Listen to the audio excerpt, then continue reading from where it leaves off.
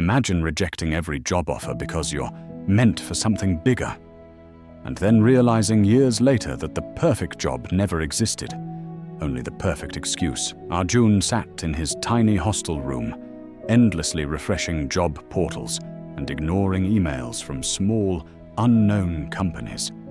Everyone had told him he was destined for a big multinational company with glass towers and polished marble lobbies. On campus, the placement board filled with lists of names and company logos, while his classmates celebrated average offers. Arjun only smiled politely. He kept repeating that he would wait for the perfect role: big brand, high pay, creative team, and an inspiring manager. His best friend Mira accepted a modest analytics job at a local firm and started spending her evenings freelancing on data visualizations. She invited Arjun to help her build simple dashboards for neighborhood shops so they could both gain experience and a little extra money. Arjun declined, insisting that side projects would only distract him from preparing for interviews at the companies of his dreams.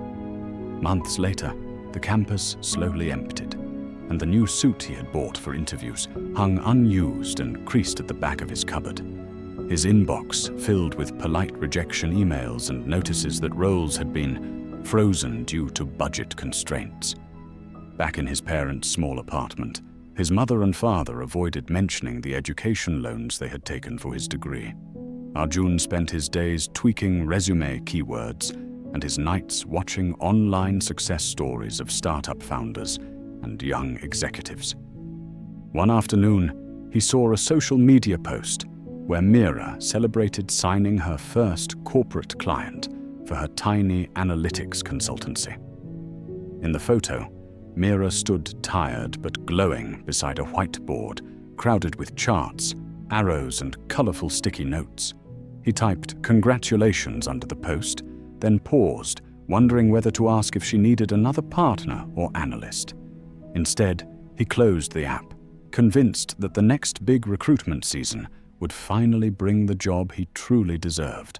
To feel productive, he enrolled in yet another expensive online course on advanced product management and innovation. He studied complex frameworks, memorized jargon, and proudly added new certificates to the growing list on his professional profile. Yet when recruiters finally called, most of them asked the same simple question: "Can you show us something you've actually built?" Arjun had nothing except class assignments and polished theoretical case studies stored neatly in PowerPoint decks on his hard drive. One evening, his father quietly placed the electricity bill on the dining table and gently asked what his concrete plans were. Shame tightened Arjun's chest as he mumbled vague phrases about market conditions and waiting for the right opportunity.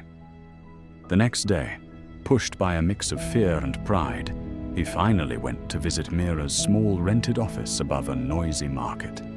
Inside, two interns hunched over laptops, debugging dashboards, while Mira stood in front of a grocery shop owner, explaining a simple bar chart.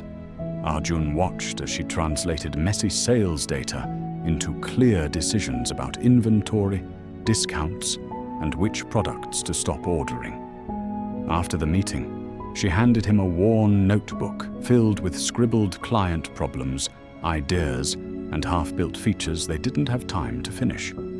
She looked him straight in the eyes and said, "Perfect jobs don't exist, Arjun. Only problems waiting for people to solve them." That night, Arjun opened his laptop and chose a small neighborhood pharmacy as the subject of his first self-made project. He spent weeks interviewing the staff, cleaning their chaotic records, and building a basic app to track stock levels and expiry dates. When the pharmacist saw fewer expired medicines and smoother orders, he insisted on paying Arjun a modest monthly fee for the system.